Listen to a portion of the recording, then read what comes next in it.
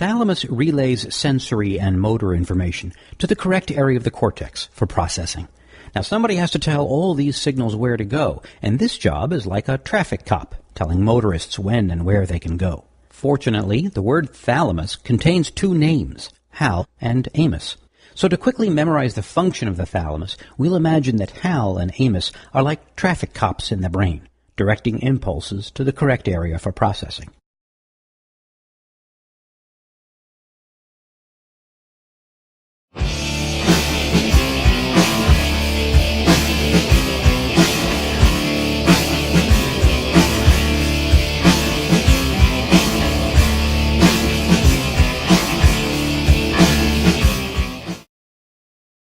The hypothalamus is the part of the brain that senses your thirst and your hunger, and it's involved with your ability to sleep.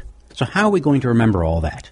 Well, let's use the key letter and the keyword approach. I ask my students to focus on the T and the H in hypothalamus, and to recall that these key letters stand for thirst and hunger. As for sleep, well, we do have an interesting word that sort of appears at the end of hypothalamus, and that's llamas. And llamas are pretty funny-looking animals, so how about we imagine a bunch of sleeping llamas?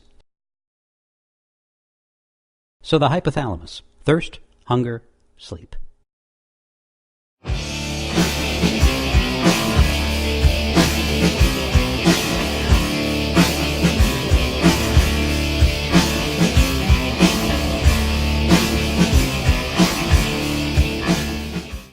The amygdala is the part of the brain involved with your emotional responses, particularly anxiety and fear. So how do you associate the word amygdala with these emotions? Here are a couple of suggestions. The first three letters of amygdala are Amy. So if you knew someone named Amy, you could picture her really, really afraid.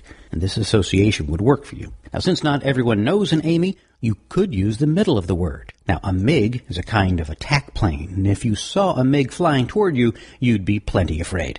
A final suggestion is that MiG rhymes with wig, and you could use this part of the word and imagine a person with a very scary wig.